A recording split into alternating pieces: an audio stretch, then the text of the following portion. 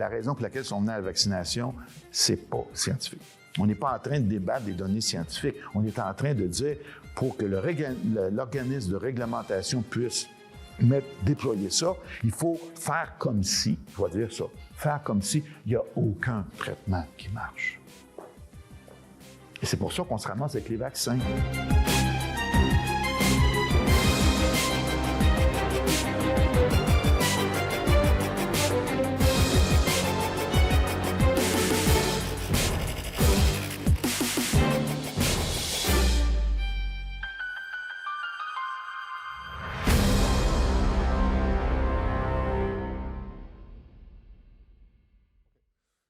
Bernard Bassy, bonjour.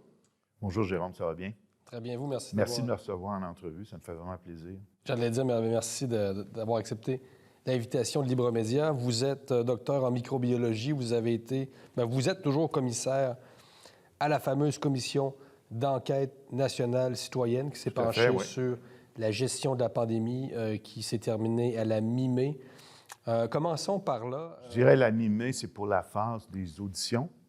Ensuite, on s'est lancé dans la rédaction du rapport on s'est rendu compte que c'était pas mal plus de travail qu'on avait anticipé.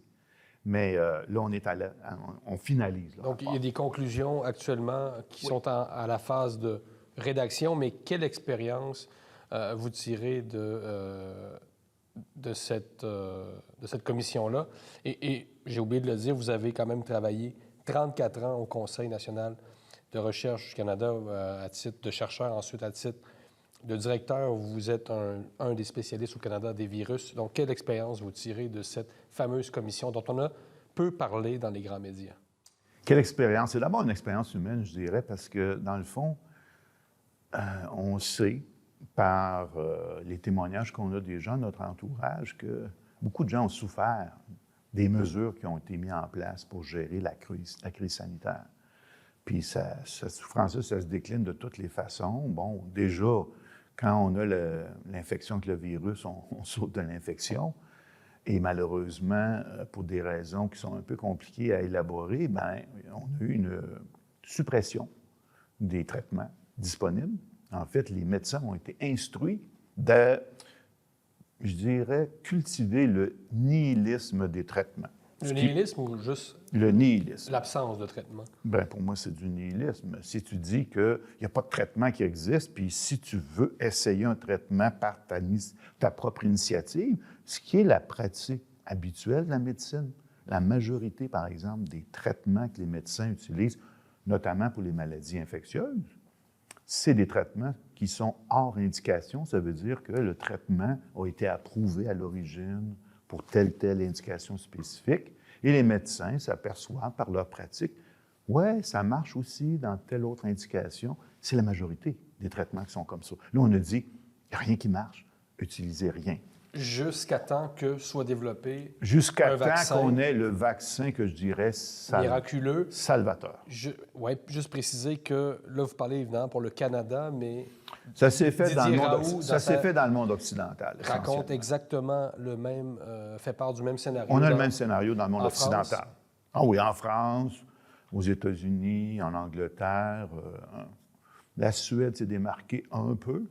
Donc, durant cette fameuse commission d'enquête nationale citoyenne, c'est un des principaux éléments? Un des principaux éléments, c'est d'entendre les gens, les citoyens qui sont venus nous témoigner de la souffrance qu'ils ont vécue. Il y a des professionnels qui sont venus témoigner, que ce soit des médecins, infirmières, des avocats, qui ont dit qu'on ne pouvait pas s'exprimer librement sur des propositions qui nous apparaissaient beaucoup plus propices pour la gestion de la pandémie. Et il faut se rappeler d'une chose, c'est que ce qu'on a déployé comme mesures sanitaires pour la COVID-19, c'est complètement nouveau. Il y avait en place des processus dans les agences de santé au Canada, puis dans tous les autres pays ou dans les provinces, qui disaient, en cas de pandémie, voilà la procédure qu'on va utiliser. On a mis ça de côté. Alors, les gens qui avaient une certaine expérience, il y a des gens notamment qui étaient retraités ou qui avaient déjà travaillé dans ces organismes-là, ils ont dit, mais qu'est-ce qu'on fait là? On ne suit pas le protocole habituel. Pourquoi? Qu'est-ce qui se passe? Puis, constamment, ils étaient je dirais, censuré dans le sens qu'on ne lui permettait pas de parler. Et quand les gens s'exprimaient sur... Dans le milieu scientifique, ça, vous parlez? Dans le milieu scientifique, oui. Quand les gens s'exprimaient, les vidéos sur les médias sociaux étaient enlevées. Et évidemment, ces gens-là qui n'avaient pas un message qui était aligné avec le narratif de la santé publique, du gouvernement et des médias, n'étaient pas invités. Il y a eu un peu plus de débats en France, parce que, comme vous savez, la France... Culture du débat beaucoup plus forte, évidemment. Au Québec, le débat, c'est pas notre... c'est pas notre tasse de thé, disons, on va dire ça comme ça. Et on a eu un unanimisme que je dirais absolument éclatant pour dire c'est ça qu'il faut penser, puis quiconque veut amener des idées différentes ou poser des questions, il faut les faire taire. Il ne faut surtout pas dériver du plan de match. Quels sont les témoignages les plus marquants auxquels vous avez assisté durant cette commission d'enquête nationale citoyenne? S'il y en avait 2 ou 3, là. Je vais commencer par les témoignages sur le plan humain. C'est ça qui est le plus touchant. Évidemment, les gens qui avaient des problèmes, qui ont eu des amendes parce qu'ils n'ont pas porté de masque ou ils n'ont pas suivi toutes les mesures de confinement, c'est liberticide, puis c'est dérangeant, puis c'est inquiétant, mais ceux vraiment qui m'ont touché le plus, c'est des gens qui, de toute bonne foi, ont décidé de se faire injecter avec ces vaccins expérimentaux en se disant « je veux faire ma part pour le groupe, je veux le faire de bonne foi, je veux vraiment participer à ça », et qui, déjà après la première injection, se retrouvent avec des effets indésirables. Qu'est-ce qui se passe? Ils vont consulter les médecins, puis les médecins sont plus dans « voyons, ça se peut pas », ils sont dans le déni. Alors, ils ne sont pas reconnus et ils vont se faire dire... Et surtout, les effets secondaires indésirables dont vous parlez n'ont pas été rapportés souvent, aux ils sont autorités pas concernées. rapportés. Ça, on sait que la très grande majorité, on ne peut pas dire le nombre exact, des effets indésirables, même des effets indésirables sérieux jusqu'à la mort, n'ont pas été remontés. Surtout au Canada, c'est peut-être encore plus marqué que dans d'autres juridictions où il y avait peut-être plus des systèmes plus efficaces pour faire ça. Fait que quand ces gens-là viennent vous voir puis vous dire « ma vie est ruinée », parce qu'ils m'ont dit après la première dose « tout est correct, c'est beau, va prendre la deuxième », puis là, la deuxième a vraiment compromis leur santé.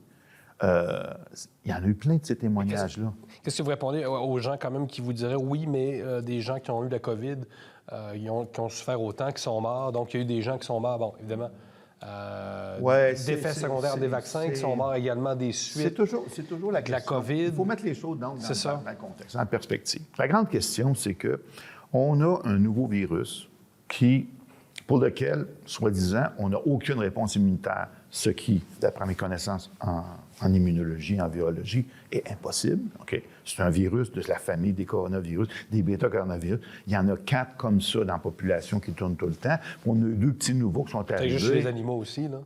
Oui, mais il y en a 2 petits... Je parle des humains seulement. Là. Il y en a 2 petits nouveaux qui sont arrivés. Le SRAS-1 à Toronto, qu'on a eu une petite épidémie au début des années 2000, puis le MERS qui est arrivé, surtout en Arabie Saoudite, parce que le vecteur, c'est que les chameaux, puis bon, on n'a pas de chameaux ici, donc... dans ce cas-là, oui, ces virus-là se ressemblent beaucoup et donnent l'immunité croisée. Fait que les gens qui ont eu des infections au coronavirus qui circulent dans la population ont déjà de l'immunité. Fait que déjà, on lançait un message qui, du point de vue scientifique, pour moi, ne tient pas la route. La deuxième chose, ce qui m'a fait vraiment intervenir de manière plus vigoureuse pour faire des recherches et essayer de me prononcer, c'est que quand j'ai entendu le déni de l'immunité naturelle, pour moi, c'était surréaliste. C'est impossible. L'immunité naturelle, on a toute l'immunité naturelle. Si on n'avait pas d'immunité naturelle fonctionnelle, on serait mort. Fait que ceux, effectivement, qui ont des maladies qu'on appelle de syndrome d'immunité sérieuse, il faut que tu les gardes dans une petite bulle. Parce que le moins d'infection, ils vont mourir. Mais la plupart du monde, on a une immunité naturelle. Puis la meilleure façon de l'éduquer, c'est de s'exposer, puis éventuellement, on est en contact avec les pathogènes, puis on gagne la bataille, puis on est prêt pour les prochains qu'on va rencontrer. Alors là, vouloir faire croire que l'immunité naturelle pour ce virus-là serait d'emblée inférieure à un futur vaccin, pour moi, ça ne tient pas la route. Premièrement, d'un point de vue scientifique, on ne peut pas dire un truc pareil si on n'a pas déjà testé le vaccin. Comment on peut dire ça, là? On ne peut pas le dire. Fait que si on veut mettre dans la balance l'histoire des gens qui sont infectés et qui sont sérieusement malades, c'est un fait. Là, j'ajouterais tout de suite, s'ils sont malades et on ne les soigne pas, le problème, c'est un problème de nihilisme thérapeutique. C'est autre chose, OK? Et ces gens-là sont faits des statistiques, on essaie de vraiment déterminer c'est quoi cette population-là par rapport aux gens qu'on aurait théoriquement sauvés grâce au vaccin. Les statistiques ne tiennent pas la route en faveur de la vaccination, mais pas du tout. Donc, qu'est-ce qui s'est passé en coulisses? On reviendra peut-être à un deuxième témoignage, mais qu'est-ce qui s'est passé en coulisses qui explique ça, selon vous? Ça, c'est une grande question. Moi, je suis un scientifique. Il y a des qui vont demeurer... Il y a bien des dimensions là-dedans au niveau, je dirais, politique, administratif, même géopolitique. Oui, économique, bien sûr, qui est un autre niveau qu'on n'a pas vraiment abordé de manière très sérieuse durant la commission parce qu'on a essayé de, dans le fond, Peut-être concentré sur les vaccins? Non, on s'est concentré sur les mesures sanitaires at large, à partir des confinements, à partir des mesures de protection, qu'on appelle des mesures non pharmaceutiques. Bon, on a tout couvert. Et également, toutes les mesures... Couvre-feu au Québec? On a tout couvert, ça, à partir des témoignages des gens. Ce qui est important, je pense, de bien apprécier, c'est que les gens qui sont venus témoigner faisaient ça sous serment. Eux autres, ils reflétaient leur réalité, ce qu'ils ont vécu, puis ça va être des victimes, par exemple, de gens qui n'ont pas pu aller visiter les gens à l'hôpital parce qu'ils ne les laissaient pas rentrer. On a eu un cas vraiment assez touchant d'une jeune mère de famille de 5 enfants dont le conjoint est mort. Ça a été publicisé, là, un gardien de sécurité au Walmart. Bien, elle devait choisir qui va pouvoir aller visiter ses 5 enfants, visiter leur père à l'hôpital, qui était dans un état, pendant très longtemps, comateux. Et finalement, ils ont décidé d'arrêter les soins parce qu'ils ne revenaient pas.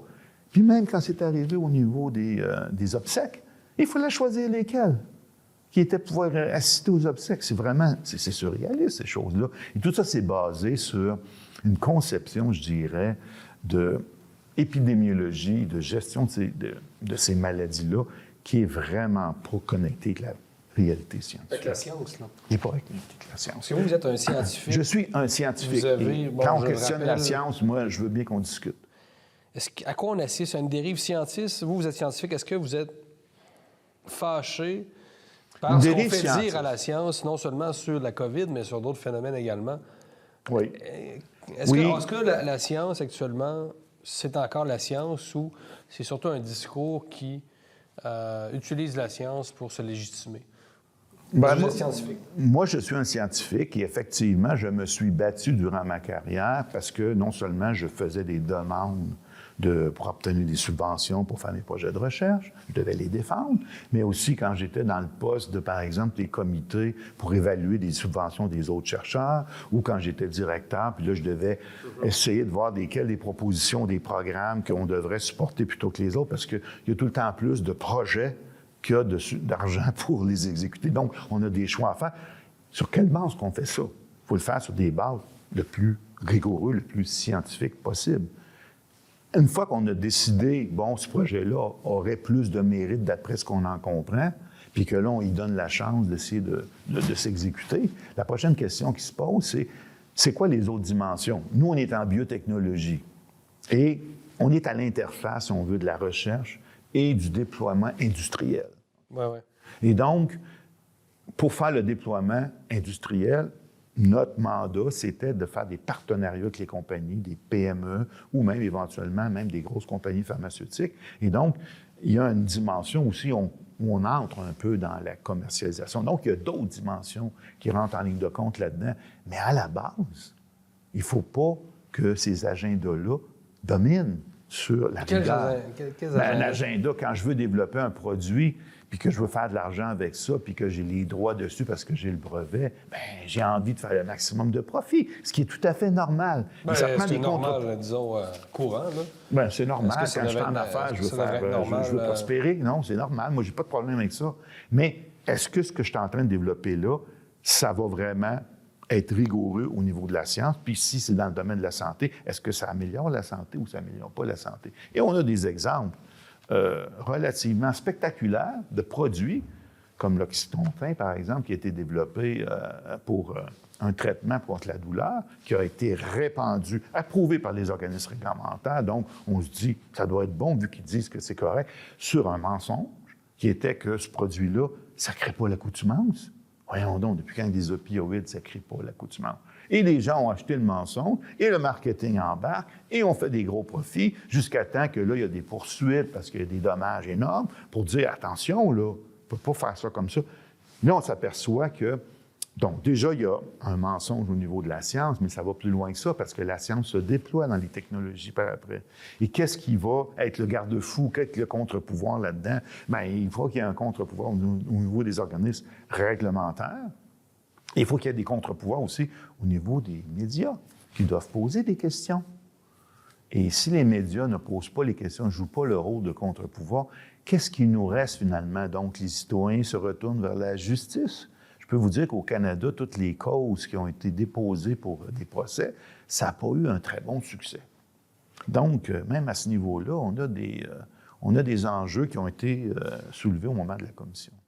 Le contrepoids, mais comment c'est possible qu'autant de scientifiques, qu'autant de vos collègues aient pu adhérer à cette forme de récit unique, si je peux dire, ce récit sur la pandémie, bon, communément appelé narratif là, en anglais. Mais comment c'est possible? Vous avez combien de scientifiques au Canada, disons, dans votre branche? C'est une bonne question. Il faut comprendre c'est ça que les médias, comment est-ce qu'un scientifique va déployer sa carrière. Un scientifique va avoir ses diplômes, il va passer dans un système où il va faire son doctorat. Le doctorat est fait dans un laboratoire où le chercheur reçoit des subventions. Ils viennent d'où les subventions? La plupart du temps, du gouvernement. Le gouvernement peut établir des agendas pour les subventions, les chaires de recherche, par exemple, qui va dire, bien, je veux que tu travailles plutôt là-dessus que là-dessus. Fait que déjà, il y a comme un dirigisme là-dedans. Et si tu ne rentres pas dans le moule, si tu ne suis pas ce qui est mais c'est nouveau, ça arrive. C'est pas si nouveau que ça. Non, c'est pas si nouveau que ça. Ça a toujours existé, ça. Un exemple les plus spectaculaires, c'est pas dans nos sociétés. Non, mais c'est-à-dire, vous dites, on avait des protocoles, on avait déjà un ensemble de connaissances sur ce type de virus-là. Mais donc, comment on peut, en quelques années, orienter différemment l'argent public? Pour moi, c'est clair que c'est la capture des organismes réglementaires. Au Canada comme aux États-Unis. Prenons un exemple très simple. Le comité d'immunisation au Canada, les gens qui sont sur ce comité-là reçoivent des grosses subventions du gouvernement qui a un agenda pour aller avec la vaccination. Puis il y a plusieurs même qui sont... Donc ça marche beaucoup avec les chaires de recherche. Chaires de recherche, les grosses subventions. On a créé une chaire de recherche sur les non-vaccinés et une manière de les psychiatriser. On essaie de comprendre pourquoi les gens qui vont dans le système... Bon, moi, au moment où j'étais plus jeune, il y en avait de ça, mais pas tant que ça. Moi, je pourrais dire, d'influence importante, par exemple, du secteur privé, que ce soit... Dans les universités. Il y en avait, mais c'était minant. Puis là, dans les années 80, ça a augmenté de plus en plus. Moi, je l'ai vu en biotechnologie, il y a eu beaucoup d'investissements. Et non seulement c'était bien vu que les chercheurs aient des contrats avec les compagnies pharmaceutiques ou les petites compagnies comme les grosses, mais en plus, à un certain moment donné, ça devenait comme un élément qui leur permettait de bonifier leur carrière, autant en termes de prestige qu'en termes de financement. Parce que ces compagnies-là, parfois, peuvent amener des financements qui sont très substantiels. Si on prend la chaire de recherche de Pfizer, par exemple, bien, il y a un montant qui vient du gouvernement, puis un montant qui vient de Pfizer, fait que... Mais ça, ce serait une chaire de recherche extrêmement neutre, évidemment, Pfizer. Mais on parle de profit, de pharmaceutique. Moi, je ne suis pas naïf pour croire que les gens n'ont aucun intérêt. Les conflits d'intérêts, c'est ça qui corrompt finalement les institutions. En Occident, on a beaucoup parlé, évidemment, des vaccins de Pfizer, des grandes compagnies pharmaceutiques, AstraZeneca, Pfizer, Moderna, j'en oublie, mais il y a eu quand même la moitié de l'humanité a reçu des vaccins qui étaient des vaccins étatiques. Russes et chinois. Le chinois a été massivement répandu, notamment, on a parlé d'une diplomatie des vaccins. Je l'aime bien, celui-là, le chinois, pour ça. Est-ce qu'il y avait, parmi les vaccins, des vaccins qui étaient meilleurs que d'autres? OK. Parce qu'il y avait beaucoup de vaccins. Déjà, il y a deux questions dans ce que vous me demandez. La première question, c'est que est-ce qu'on devait foncer pour vacciner? je vais poser cette question, je vais mettre cette question-là en parenthèse. Ça a été mondial, ça n'a pas juste été les États-Unis. Est-ce que la vaccination, c'était la voie pour sortir? Je vais mettre ça en parenthèse, puis je vais dire non. OK? Puis je peux l'expliciter. Mais une fois que le train est en marche, tu décides, tu vaccines. OK? Puis que là, si on t'impose ça ou on te le propose d'une manière très convaincante, de toutes les façons possibles, bien, lequel qui est le moins pire, finalement? C'est une autre façon de voir les choses. Bon. Dans les technologies, grosso modo, qu'il y avait là-dedans, il y a ce qu'on appelle des vaccins traditionnels, comme le vaccin chinois. Et russe? Qui est, russe, c'est différent. Okay. Le vaccin chinois, c'est fait à partir de virus inactivés, un peu comme le virus de la polio, le vaccin de la polio. Fait que c'est vraiment traditionnel. Ça fait longtemps qu'on fait ça, ces vaccins-là. Fait que ça, c'est un nouveau vaccin, mais quand même, la manière de le fabriquer puis de l'administrer, il y a quand même beaucoup d'histoire derrière. Donc, un vaccin confucianiste, là. Un vaccin qui est beaucoup plus d'histoire et d'assises technologiques pour nous rassurer. Les autres vaccins, c'est ce qu'on appelle des vaccins géniques ou génétiques. Fait que là-dedans, il y a la catégorie des adénovirus. Ça, c'est de l'ADN, la base dans le génome de l'adénovirus. Vous avez le AstraZeneca qu'on a eu ici, le Johnson & Johnson. Et dans les vaccins russes, c'est 2 adénovirus. Le Sputnik, c'est une combinaison de 2 adénovirus. C'est une façon de faire fabriquer ton antigène par ton corps. Puis l'autre plateforme qui finalement domine, mais de loin, puis qui c'est vraiment un train, c'est les plateformes d'ARN messager modifiées. Et là, ça a été vendu par de la propagande. Les assises scientifiques et technologiques de ça sont extrêmement questionnables. Autant, premièrement, au niveau de... Est-ce qu'on a déjà démontré, dans n'importe quelle indication, que ce soit un vaccin ou une indication thérapeutique quelconque, que cette plateforme-là, ça marche, avant les vaccins COVID? Et là, vous dites... Il n'y en a pas. Fait que est-ce que ça peut être plus nouveau que ça, là? Je parle pas de faire des essais cliniques et des tests, ça, on va en faire tout le temps. Mais est-ce qu'on a déployé un produit qui a suivi toutes les règles normales d'approbation, puis qui a été commercialisé, puis on a dit, regarde comment c'est bon. Non, c'est jamais arrivé pour ces plateformes-là. Il y a quelques jours, le prix Nobel de médecine et de physiologie est attribué à Kathleen Karikó et Drew Weissman pour avoir contribué au développement des vaccins ARN-M. Qu'est-ce que vous pensez de cette... du prix octroyé? Qu'est-ce que je pense de ça? Il y a certains prix Nobel qui sont pour le moins questionnables. Et j'ai écrit dans un de mes tweets que ça me faisait penser un peu au prix Nobel qui avait été accordé en 1949 pour la lobotomie. La lobotomie? Oui. Par un médecin portugais, je me souviens bien, Moniz, Dr. Moniz. Pour vous, on compare que c'est un très mauvais choix, là, ces 2 lauréats? Bien, pour moi, cette technologie-là d'ARN modifié, parce que eux, ce qu'ils ont fait, parce qu'à l'origine, l'invention d'utiliser cette méthode-là au début, c'était pour la thérapie génique, puis ensuite, ils ont décidé de la déployer pour la vaccination, pour des raisons qui seraient un peu longues à expliquer. L'inventeur d'origine, c'est Robert Malone, OK? Qui a démontré qu'on pouvait prendre des acides nucléiques, ADN ou ARN, puis injecter ça dans un animal, puis faire produire quelque chose qui pourrait avoir une activité thérapeutique. Sauf qu'il y avait toutes sortes d'obstacles avec cette technologie-là au départ, qui était que l'expression était trop temporaire. Fait que si tu veux faire de la thérapie génique, puis la protéine, tu as besoin qu'elle soit exprimée à quelques jours, bien, c'est pas bien bon. L'autre chose, c'est que l'ARN, lorsqu'on l'introduit dans des cellules humaines, ils vont induire une réponse inflammatoire, ce qui n'est pas très bon non plus.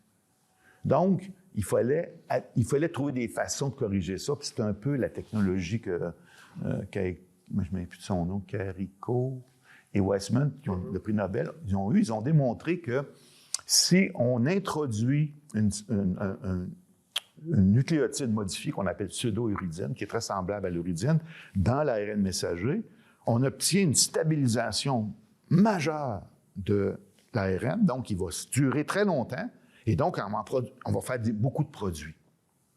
Ce qui est complètement en contradiction avec ce qu'on nous a vendu au début. On nous a dit, l'ARN, ça s'en va tout de suite 2 jours après. On a des données maintenant qui montrent que 2 ans après, tu en as encore. Il y a un petit problème, là. Mais la technologie, elle a marché pour ça. Ça fait durer. Dans tout l'éventail de vaccins qu'on a eu à l'échelle planétaire, les pires, à ce que je comprends de votre réponse, c'est les ARNM.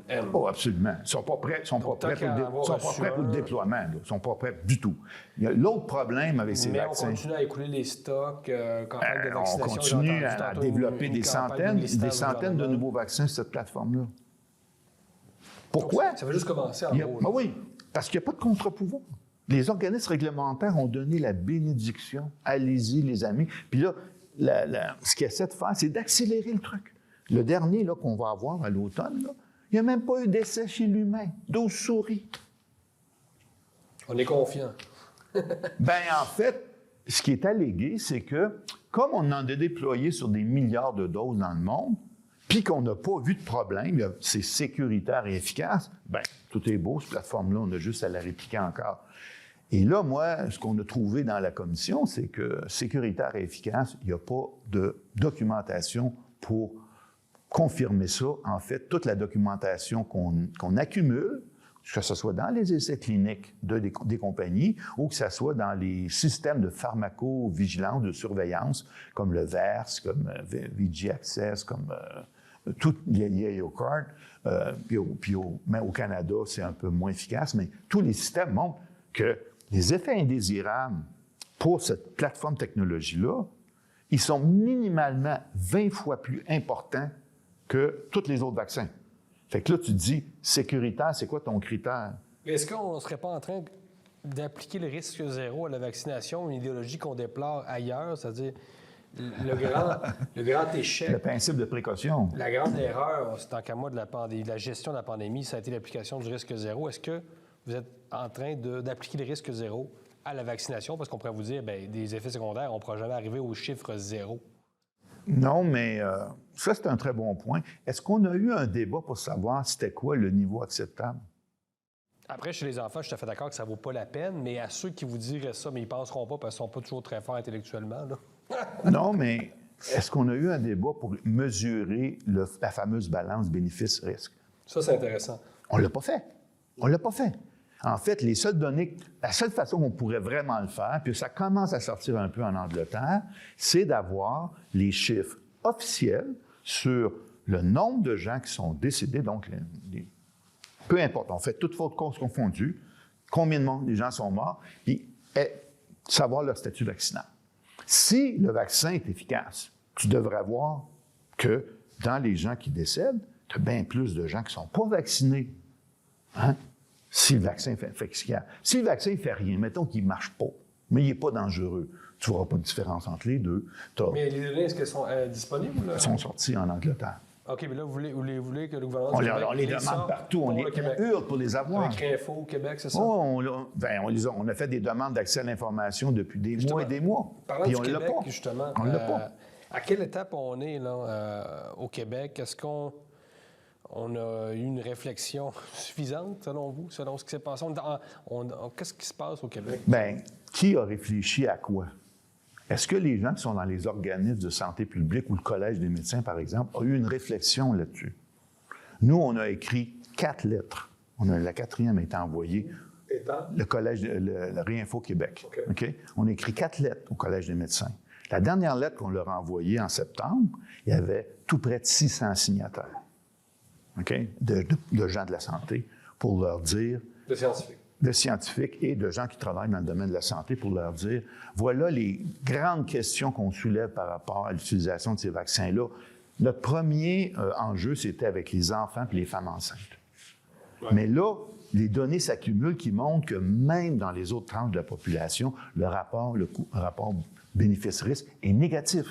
Par exemple, l'étude de Denis Rancourt qu'on a entendue à la Commission 3 fois, et qui vient de sortir une autre étude qui n'était pas encore, parce que Denis produit à une vitesse impressionnante, démontre que les gens qui vont plus souffrir des effets indésirables, puis lui, il va jusqu'à la mort parce qu'il trouve que mesurer la maladie, c'est toujours compliqué parce que les statistiques officielles sont toujours un peu difficiles à interpréter, étant donné comment on fait le diagnostic. Y a-t-il cette maladie-là ou cette maladie-là?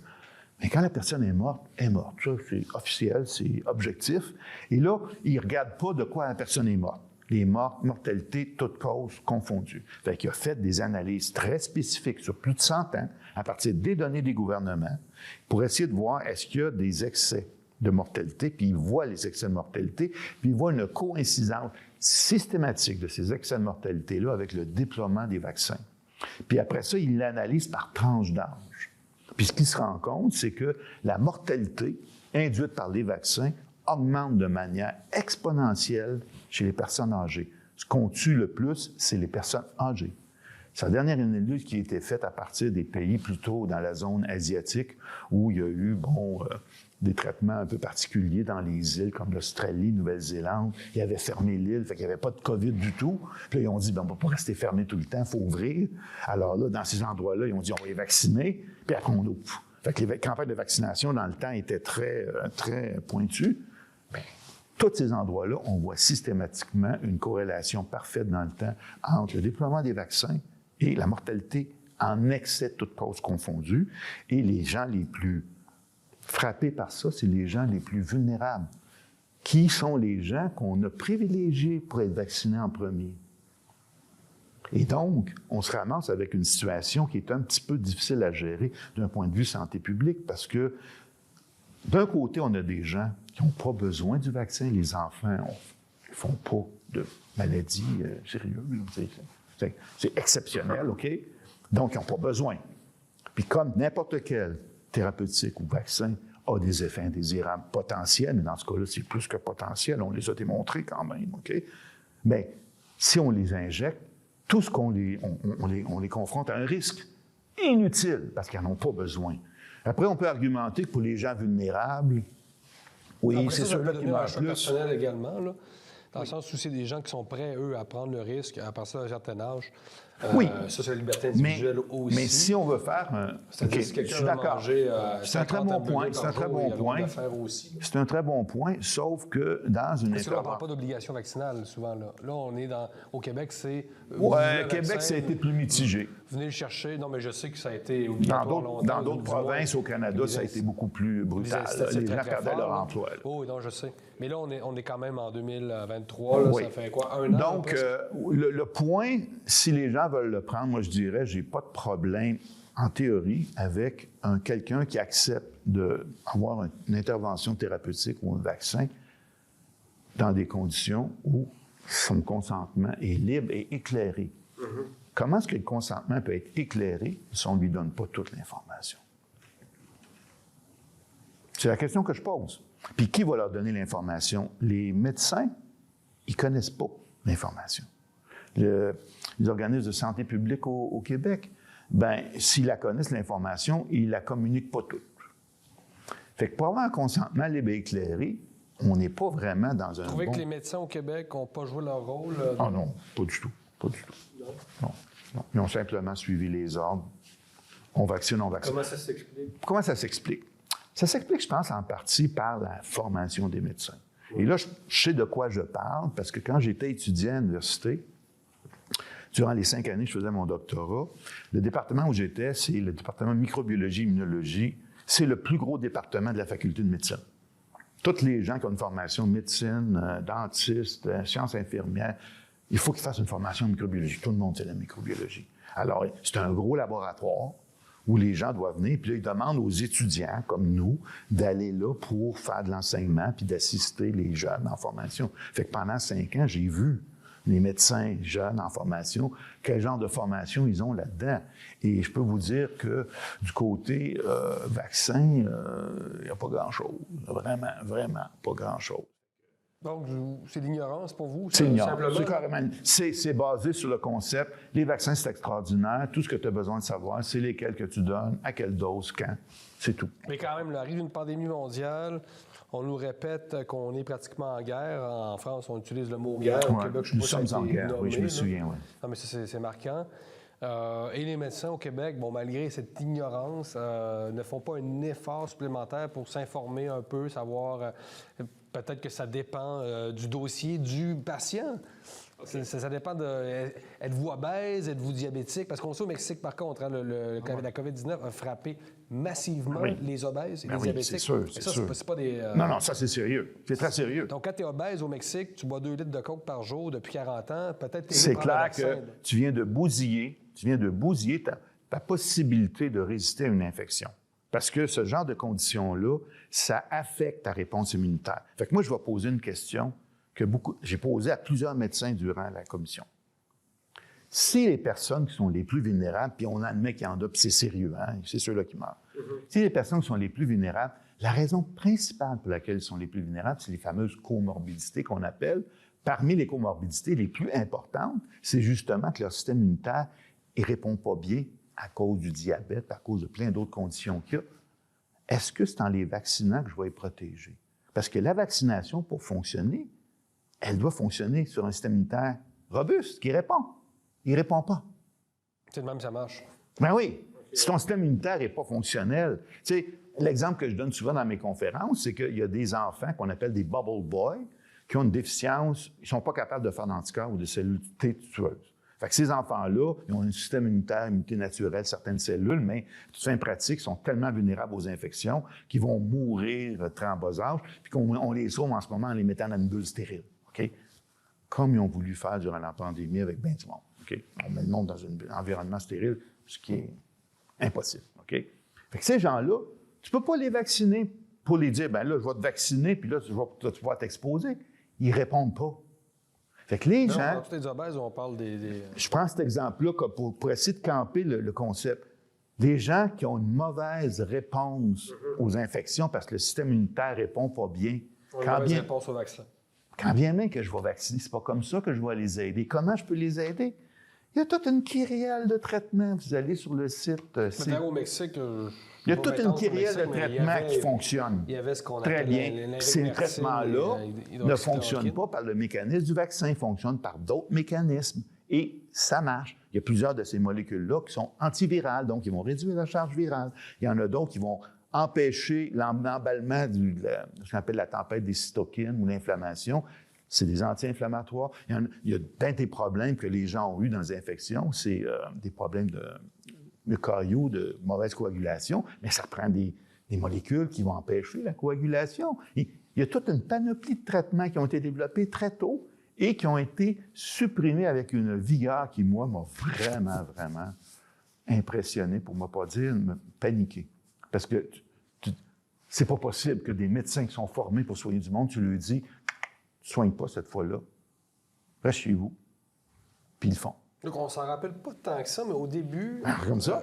On a dit à l'ensemble de la communauté... C'est trop dangereux, restez chez vous, puis quand vous avez les lèvres bleues puis le cœur de respirer, là, on ne faisait pas de Tylenol, il est rendu trop tard. Tylenol, ça ne fera pas l'idée du siècle, parce que le Tylenol ou ces molécules-là, ce que ça fait essentiellement, c'est que ça réduit ta fièvre. OK? C'est ça que ça fait. Une coupe de bière, peut-être? Ou... Mais quand tu réduis ta fièvre, il faut savoir une chose, c'est que la fièvre, c'est un mécanisme naturel pour combattre les infections virales. Parce qu'il y a beaucoup de virus que si ta température augmente, ils ne se répliquent plus très bien. Mais qu'est-ce qu'on peut faire? Plein de choses qu'on pouvait faire, plein de choses. Une des choses qu'on a découvertes ou redécouvertes peut-être, c'est ce qu'on appelle les douches nasales avec des antiseptiques dans la gorge. OK? Puis ça, il y a eu un essai clinique même qui a été fait pour ça. Soit on prend... Mais on débat, là, c'est parce qu'il y a beaucoup de chercheurs comme vous qui avaient, eux, leurs solutions. Puis bon, Raoult avait, bon... oui, mais moi, je ne suis pas un médecin. Moi, je suis un chercheur qui regarde les données de la littérature. Nasale, ça marche. Moi, parce que là, il y avait un consensus quand même assez fort où bien, tout le monde avait son idée, finalement, puis ils ont tranché à leur place, là. C'est parce que c'est ça qu'on va vous dire. Moi, je vais dire une chose qui est très simple, puis ça, là-dessus, Raoult, je pense, est quand même difficilement contournable, OK? Pour le traitement d'une maladie infectieuse, que ce soit virale ou bactérienne, OK? Tout ce que tu as à faire, c'est de mesurer si la charge du pathogène, que ce soit le virus dans le nez ou dans la gorge, ou ça peut être une bactérie, un pneumocoque, quand je fais une intervention avec l'antibiotique ou avec ce traitement-là, est-ce que je diminue ma charge? Facile à mesurer, c'est pas long, ça. Surtout avec les méthodes de PCA qu'on a aujourd'hui, là, je prends l'échantillon puis je regarde, mon patient avait une charge de 10 à la 9, 1 milliard dans le nez, puis là, j'ai donné ça, puis hop, il est rendu à 10 à la 3. Ça marche. J'ai réussi. Pas dur, là. Mais là, on te fait croire que, oh non, ça ne marche pas, faut que tu fasses des essais cliniques randomisés en double aveugle. Voyons donc, quand tu as une nouvelle maladie, on s'entend que c'est une nouvelle maladie quand même, ce que l'Organisation mondiale de la santé préconisait avant la COVID-19, c'est pas le temps de faire des études randomisées, là. On regarde qu'est-ce qu'on a dans la pharmacie, puis on essaye. Ce que les Chinois ont fait. En fait, les Chinois font ça systématiquement. Ils testent toutes les molécules qui sont approuvées. Ils sont quand même venus à la vaccination. Ah, mais ça, c'est une autre question. Pourquoi ils sont venus à la vaccination? On ne pourra pas dire que c'est des compagnies pharmaceutiques parce que c'est un vaccin étatique. Oui, mais la raison pour laquelle ils sont venus à la vaccination... À Cuba, ils n'ont pas vacciné pour l'argent, vous comprenez? Non. Et non, ça, je le sais. Puis la raison pour laquelle ils sont venus à la vaccination, c'est pas scientifique. À Cuba aussi? Partout. C'est pas pour des raisons scientifiques. Donc, diplomatique, c'est comme la course à l'espace. C'est qui a le meilleur vaccin? Il y a cet élément-là, mais il y a aussi l'élément pour le public. Les gens qui sont en poste de direction, santé publique, gouvernement, ils aiment bien donner l'impression aux gens qui sont en contrôle. Ils savent ce qu'ils font, puis si je fais ça, ça marche. Fait que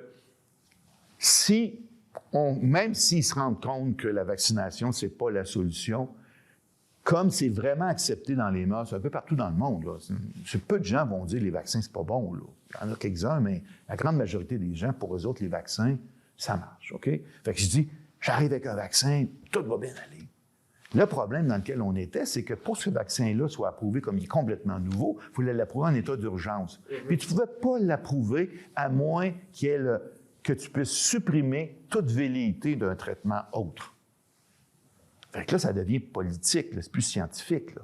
On n'est pas en train de débattre des données scientifiques. On est en train de dire, pour que l'organisme de réglementation puisse déployer ça, il faut faire comme si, je vais dire ça, faire comme s'il n'y a aucun traitement qui marche.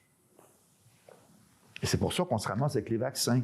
Maintenant, je peux lancer une idée comme ça, je n'ai pas de preuves, mais si je suis un Chinois, si je suis le CCP en Chine, puis je veux me faire du capital politique, bien, je vais dans les pays à travers le monde, puis je lui distribue mon vaccin. On a appelé ça la diplomatie des vaccins. Ah oui, tout à fait. Puis c'est correct, je veux dire.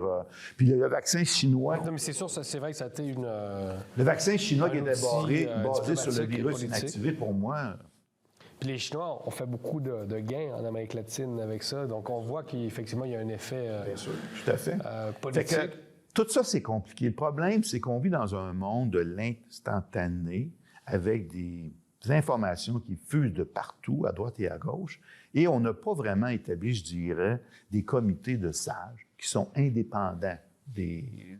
Comme le comité de sages sur l'identité de genre qui va être mis en place. Vous dites là, des sages, mais les sages, ce que je parle par un comité de sages... Ça peut varier pas mal. J'ai ma définition de ça.